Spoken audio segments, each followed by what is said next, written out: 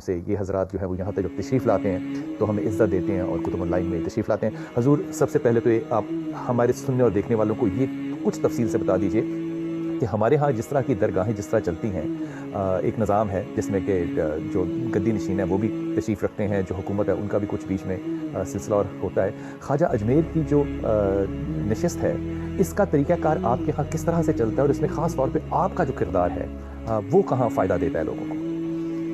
السلام علیکم ناظرین اور بلال قطب صاحب, بے شکریہ آپ نے بلایا, ورنہ وہ ایک شعر میں آپ کو سنا دوں. پھرتے ہیں میر وخوار کوئی پوچھتا نہیں, اس عاشقی میں عزت سادات بھی گئی, اس عاشقی میں عزت سادات بھی گئی. تو دیکھنے والے کی نظر کا حسن ہے کہ وہ انگلش میں کہتے ہیں نا beauty lies in the eyes of beholder, you are one of them. اللہ آپ کو سلامت رکھے. دوسری چیز میں آپ کو تھوڑا سا کریکٹ تو نہیں کہوں گا, میں اس چیز کی طرف توجہ دلانا چاہتا ہوں, جب ہم ہمارے بزرگان دین کی بر صغیر کی بات کرتے ہیں ہم تو اس میں انڈیا اور پاکستان نہیں ہوتا. کیا بات ہے, کیا بات ہے, کیا بات ہے, کیا بات ہے, واہ واہ واہ واہ, کہیں تو ہم ایک جگہ انٹیگریٹ ہو جائے. ہاں کیا بات ہے, سبحان اللہ, بڑی بات کی آپ نے, واہ جی واہ, کیا بات ہے, واہ جی واہ, وہاں تقسیم نہیں ہے, واہ. خواجہ معین الدین چشتی رحمۃ اللہ علیہ کو جو سلطان الہند کہا گیا ہے وہ پری 1947 کے پہلے کا ہے, 1192 اس میں پاکستان شامل ہے. ہاں واہ واہ واہ, کیا بات, اچھی بات کی, بڑا اچھا لگتا ہے. دوسری چیز یہ ہے کہ ہاں میں آپ کو بہت بریفلی آپ کو سم اپ کر دوں وہاں کے نظام کا. دیکھیں میں نے یہاں دیکھا ہے جو درگاہیں اوقاف کے اندر میں وہ ٹوٹلی اوقاف کے اندر میں, اور جن متعلقین جو سجادگان ہیں وہ ان کے پاس ہیں. بارگاہ حضور خواجہ غریب نواز اجمیر شریف میں دونوں چیزیں انکارپوریٹڈ ہیں. وہ کیسے؟ ہاں جو سیکولر اور ایڈمنسٹریٹو ڈیوٹیز ہیں وہ درگاہ کمیٹی کے پاس ہیں جو سینٹرل گورنمنٹ کے اندر آتی ہے, فیڈرل گورنمنٹ کے اندر. یہاں پہ بھی اور ہندوستان میں بھی جو درگاہیں اوقاف کے اندر آتی ہیں وہ اسٹیٹ اوقاف ہوتا ہے. حضرت خواجہ معین الدین چشتی رحمۃ اللہ علیہ کا جو ہے فیڈرل اوقاف ہے. یہ مغل زمانے سے تھا, لیکن برٹش پیریڈ میں ایک سینٹرل لیجسلیشن انیکٹ ہوا جو کہ گورنمنٹ آف انڈیا نے بنایا تھا, اور پارٹیشن کے بعد 1947 کے بعد جو ہے اس کو پارلیمنٹ آف انڈیا نے باقاعدہ ایک لیجسلیشن کی شکل دی, درگاہ خواجہ صاحب ایکٹ 1955. اس میں 9 نامنیز ہوتے ہیں, جیسے بی جے پی گورنمنٹ کا گورننس بن جاتا ہے ایک. ہاں پہلے اچھا یہ پارٹیشن کے پہلے بھی تھا, اس میں پشاور کے لوگوں کی بھی نمائندگی ہوتی ہے. اچھا. اب کیا ہوا کہ چونکہ اب پارٹیشن ہو گیا تو انڈیا کے 9 نامنیز آتے ہیں, جس کو پہلے سوشل ویلفیئر منسٹری میں تھی, اب منسٹری فار مائنارٹیز ایک بن گئی ہے, اس میں ہے. اب 9 نامنیز وہ آتے ہیں, وہ آپ نے یہاں پہ بھی دیکھا ہوگا. جو بی جے پی گورنمنٹ کا زمانہ آیا تو جو بی جے پی کے اندر مسلمان ہیں پچھ لگو ہیں ان کو لگا دیتے ہیں. کانگریس گورنمنٹ کا زمانہ آیا تو جو مسلمان ہیں ان کو بتا دیتے ہیں. ان کا روزمرہ کی زندگی سے کوئی لینا دینا نہیں, نہ کوئی لیگیسی ہے. ایک درگاہ ناظم ہوتا ہے جو ایڈمنسٹریٹر ہوتا ہے, جو ہی از آن دا پے رول آف دا گورنمنٹ, ٹھیک, تو اس کا کام ایڈمنسٹریشن کا, یہ سرکاری کام ہو گیا. لیکن جو 800 سال سے ہماری لیگیسی چلی آ رہی ہے الحمدللہ اس میں کوئی آج نہیں آئی. کئی کیسز پریوی کونسل سے لے کے سپریم کورٹ سے, لوور کورٹ سے, 1961 سپریم کورٹ والے کے, وہ سب مغل بادشاہوں نے ہمارے کو 6.5 گاؤں نظر کیے تھے, نس نانلا آدھا نانلا. جاگیرداری ابالیشن ایکٹ آیا, وہ جاگیریں چلی گئیں, لیکن جو ہمارے حقوق آستان اقدس سے وابستہ تھے حضور غریب نواز رحمۃ اللہ علیہ وہ ایز اٹ از ہے, اس میں اتنا سبھی ڈائلوشن. اس سے کیا مراد ہے کہ وہ جو روضہ شریف ہے وہ آپ کے پاس ہے؟ وہ ہمارے پاس ہے, اور باقاعدہ انکوائری کمیشن جسٹس غلام حسین کی ایک انکوائری کمیشن ہوئی تھی 1947 کے بعد. اس نے یہ کہا کہ 400 سال تک حضور غریب نواز کا مزار اقدس ہمارے بزرگوں نے بھی کہا اچھا تھا, اور سوائے خدام, حالانکہ ہم سب کچھ ہیں لیکن اپنے آپ کو خدام کہلانے میں فخر محسوس کرتے ہیں. ہر کی خدمت کر کے وہ مخدوم شد, اور بزرگ تو جارو کا فارسی میں یعنی کہ جھاڑو دینے والا, اور خاک نشین لکھتے آئے. تو آستان اقدس کی کلید برداری آج تک ہمارے پاس ہے, 7 خاندانوں میں ڈیوائڈڈ ہے. I am not the only one, میں یہ کلیم نہیں کرتا ہوں میں اکیلا ہوں. درگاہ شریف اتنی بڑی ہے, دادا صاحب سے کوئی رقبے میں 20 گنا بڑی ہے, اور زائرین کا انفلکس اتنا ہے کہ کثیر تعداد زائرین کی روز آتی ہے. اور غریب نوازی کا جو لقب ہے یہ کیوں ہے؟ میں پہلے وہ بات بھول جاؤں گا, اس طرف میں کر دوں. تو آپ نے کہا ہمارے یہ معاملات ہے کہ آستان اقدس کی چابیاں بھی ہمارے پاس. ہمارے بیچ میں اختلاف ہوا تھا 400 سال پہلے, تو بادشاہ شاہجہاں نے پھر پراپرلی اس کو تقسیم کیا کہ یہ لوگ یہ کام کریں گے. تو ہمارے آستانے کی کلید برداری آپس میں نہیں, یہ کام اس نے نہیں کہا. یہ چابیاں جو تھی تقسیم آستانے کی کلید برداریاں جسے ہم باریدار کہتے ہیں, وہ ہمارے میں آپس میں خاندان کے حساب سے ڈیوائڈ ہوئی. اچھا ظاہر کو زیارت ہم ہی کراتے ہیں, چاہے لیمن ہو, عام آدمی ہو, یا سلاطین وقت ہو, یا پریزیڈنٹ ہو, یا پرائم منسٹر ہو, یا علماء ہو, یا مشائخ ہو, وہ ہم ہی کرائیں گے. چادر وغیرہ ہم جو پیش کرتے ہیں وہ ہمارے حق میں آتی ہے. آستانے کی نظورات دونوں جو دیگیں اکبر اعظم اور جہانگیر کی بنائی, اس میں جو نظورات آتی ہیں وہ ہم لیتے ہیں. یہ دیگوں کا کیا سائز ہے شاہ صاحب؟ ایک بڑی دیگ اکبر اعظم نے پیش کی, اس میں 120 من میٹھا زردہ بنتا ہے. 120 من 4800 کیجیز سویٹ رائس اس کو. ٹھیک ہے. اچھا پھر چھوٹی دیگ شہنشاہ جہانگیر نے پیش کی, اس میں 2400 کلو کھانا. تب سے چلتی آ رہی ہے؟ جی جب سے چلتی آ رہی ہے. اچھا ہمارے ایک بڑا بیوٹیفل کنسیپٹ ہے, ہماری اجتماعیت بھی, انفرادیت تو ہے ہی ہے. اجتماعیت یہ ہے کہ ہماری ایک انجمن سید ذات خانی درگاہ شریف میں, ٹھیک ہے نا. تو ہماری جو دیگوں کی آمدنی آتی ہے اس کے پاس آتی ہے، اس سے ہم بہت سارے فلاحی کام بھی کرتے ہیں، مدارس کو وظائف دیتے ہیں، بچوں کی پینشن ہے، اسٹوڈنٹ اسکالرشپ سے بیواؤں کی پینشن وہی ہے، تقریباً کتنے دیگر پیسے؟ بہت کروڑوں کے حساب کروڑوں کے سے حساب جی۔ اور دوسرے جو ہے جیسے رمضان میں سحر و افطار کا انتظام ہم اجتماعی طور پہ بھی کرتے ہیں، انفرادی طور پہ بھی کرتے ہیں، واہ۔ عرس ہے، ربیع الاول ہے، ہم تازیدار ہیں، تازیداری کرتے ہیں، ہم تو یہ غریب علم نوازی نصب اسی کرتے لیے ہیں، ہے؟ ہاں علم نصب کرتے ہیں، اور مرثی واحد اہل سنت والجماعت ہے جو مرثی خوانی نوا خوانی بھی کرتے ہیں، واہ۔ حسین کی اولاد ہے، حسین میرے جد ہیں، ان کے لیے ہم سب کچھ کرتے ہیں، فتووں کی ہم پرواہ نہیں کرتے، ہم حسینی ہیں، ہم غلامان حسین ہیں، ابن حسین ہیں، یہ بات ہم واضح طور سے کرنے چاہتے شاید اب چھوٹا سا ہیں، اور وقفہ لوں گا۔ تازیدار بھی ہیں۔ چھوٹا سا وقفہ لوں گا، واپس آتے ہیں اور انشاءاللہ اس گفتگو کو جاری رکھتے ہیں۔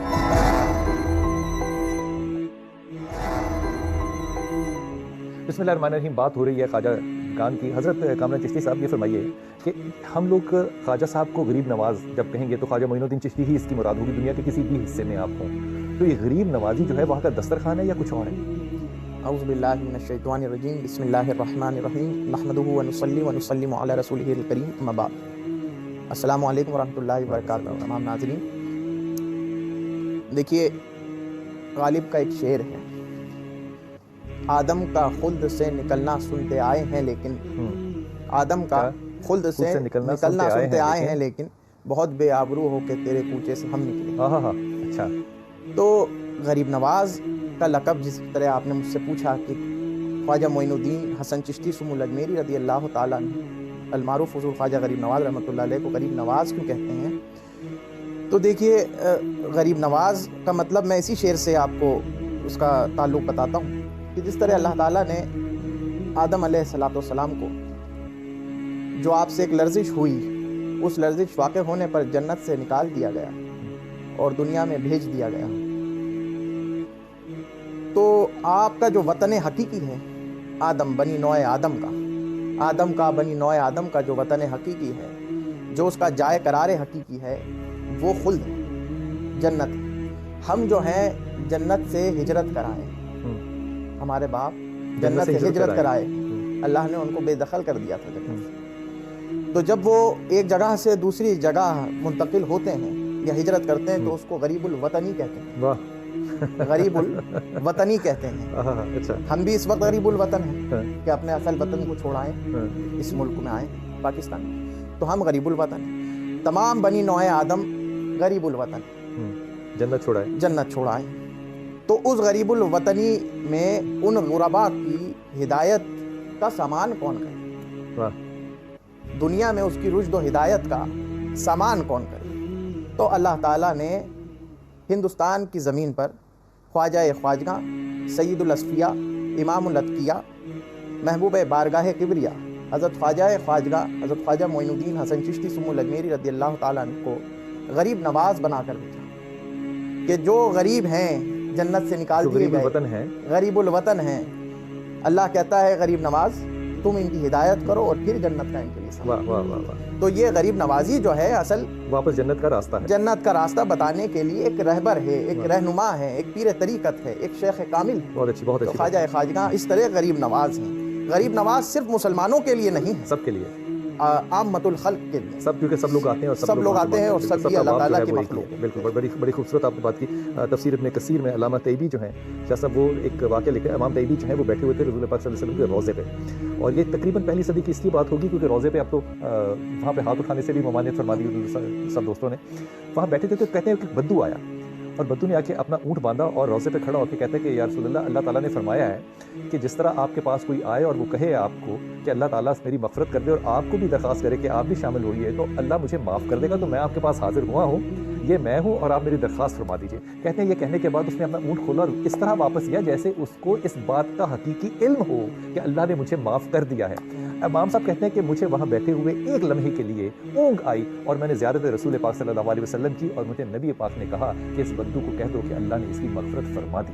حضور، یہ جو جگہیں ہیں، یہ جو خانقاہیں ہیں، یہ اسی نسبت سے زندہ ہیں جیسے کہ ہم اس جگہ کو کہتے ہیں اور سمجھتے ہیں اور ایمان کا حصہ ہے کہ وہ ہماری بات سنتے بھی ہیں اور پہنچاتے بھی ہیں۔ ان درگاہوں سے ایک عام آدمی کا حصول کیا ہے، کیا حاصل کرتا ہے، کیا مانگتا ہے اور کیا اس کی زندگی میں تبدیلی لا سکتی ہیں یہ درگاہیں؟ کامران بھائی۔